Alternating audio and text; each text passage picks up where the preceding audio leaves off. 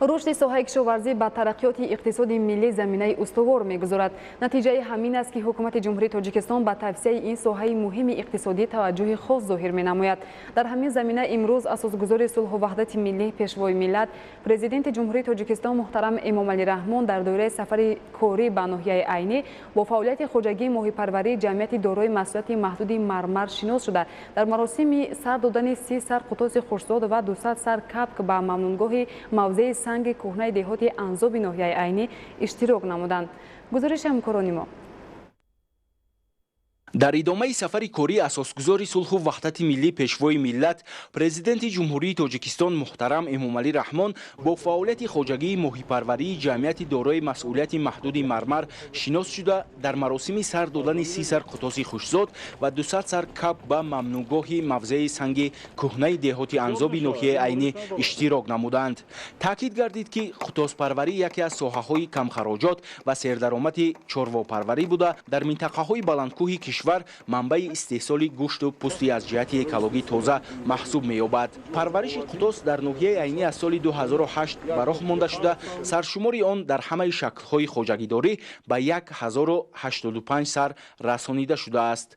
иттилоъ дода шуд ки айни замон дар ноҳия 12 хоҷагӣ ба парвариши қутос машғул буда давоми солҳои охир аҳолӣ низ барои рушди ин соҳаи сердаромаду камхарҷ таваҷҷӯҳи бештар зоҳир менамоянд. дар асоси барномаи маҷмуавии рушди соҳаи чорводорӣ дар ҷумҳурии Тоҷикистон барои солҳои 2018-2022 корҳои хушзодкунии қутос ҷараён гирифта пажӯҳишгоҳи чорводории Академияи илмҳои кишоварзии Тоҷикистон дар хоҷагиҳои деҳқонии ба номи Аслидинов ва Россияи ноҳияи Айнӣ пойгоҳи илмии тадқиқотиро ташкил намудааст. президенти ҷумҳурии Тоҷикистон пешвои миллат муҳтарам Эмомалӣ Раҳмон барои афзоиши саршумори қутос ва ҳифзи ҳайвоноти нодир зиёд намудани майдони гиёҳҳои шифобахш ба масъулони хоҷагии ҷангал дастуру супоришҳои мушаххас доданд. ба таъкиди сарвари давлат табиати ноҳияи Айнӣ хусусан водии яғнов ва фон барои рушди соҳаи чорводорӣ аз ҷумла парвариши қутос бисёр мувофиқ буда бо ин роҳ метавон бозори дохилиро бо гӯшти парҳезӣ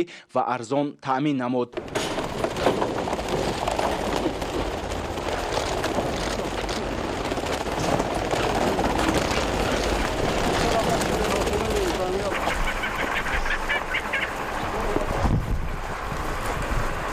ضمن شناسایی با فعالیت خوجگیداران جمعیت دارای مسئولیت محدود مرمر معلوم گردید که سال روان در موضع شب‌بوده دهه انزاب از جانب صاحبکاری وطنی مرتضی قاسموف 2 حوض ماهی پروری بنیاد کرده شده است.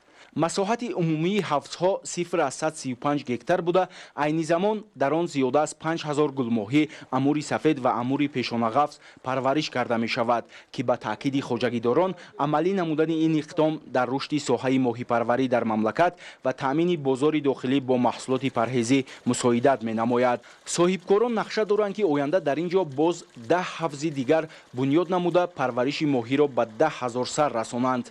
در این موضع خوش آب و هوای دهه انزاب بنیادی کارگاهی بند و بستی ماهی نیز در نظر داشته شده است که این عامل سببی با جای کار تامین شدن ساکنان محلی و افزایش محصولات وطنی می‌گردد. تاکید گردید که تا بنیاد حوضها خوجگیداران در قطعه‌های علاهیده در همکاری با عالمان ساحه پرورش دیگر نمود ماهی را به طور تجربوی به راه مانده در رشد این بخش سردرآمد سهمی نظررس می‌گذارند. پرزیدنت جمهوری تاجیکستان محترم امامعلی رحمان به اقدام صاحبکاری وطنی بهای بلند داده تاکید نمودند که با این راه میتوان در این منطقه سیاحت اکولوژی را گسترش بخشید، زیرا همه ساله به این موضع سیاحان زیادی خارجی و داخلی تشریف میآورند.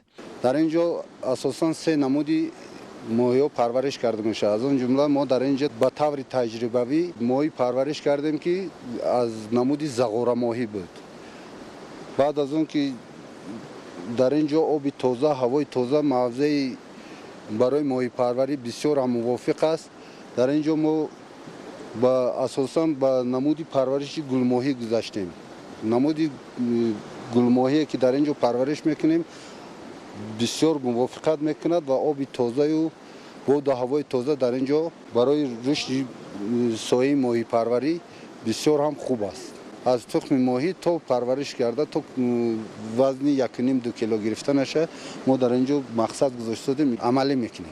хоҷагидорони ҷамъияти дорои масъулияти маҳдуди мармар дар мавзеи шабода ҳамчунин ба хотири таъмини бозори дохилӣ бо асали хушсифати аз ҷиҳати экологӣ тоза парвариши замбурро ба роҳ монда дар майдони 50 сад замин боғи себ низ бунёд кардаанд. аснои шиносоӣ аз намоишгоҳи маҳсулоти кишоварзӣ ва ҳунарҳои мардумӣ зикр гардид ки шуғли асосии сокинони деҳоти Анзоб боғдорию чорвопарварӣ буда саҳми онҳо дар фаровонии бозор назаррас аст.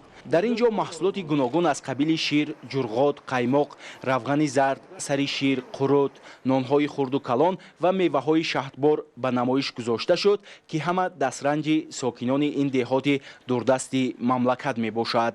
айни замон дар боғоти деҳоти Анзоби ноҳияи Айнӣ мева аз ҷумла зардолу фаровон мебошад. дар ин минтақа зардолуи пешпазак нав зард шудааст ва дар баъзе деҳаҳои баландкӯҳ ҳоло ғура аст ва боғдорон ҳосилро охирҳои моҳи сентябр ҷамъоварӣ мекунанд. нисбати соли гузашта дар таъсири хунукиҳо зардолу набуд. имрӯз моҳои мо хеле ҳосили нағз доранд ва дар мавзеъҳои деҳои ғабируд, ҷамъияти деҳоти Анзоб, деҳои Саратоқ, ғура ҳоло ҳатто мавҷуд аст. ҳосили зардолу инсо хуб буда.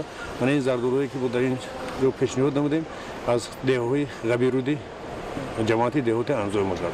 то ахирҳои моҳи сентябр дар деҳаҳои Марғиб, Саратоқ, Марғузор баъд зардолу пухта мерасад.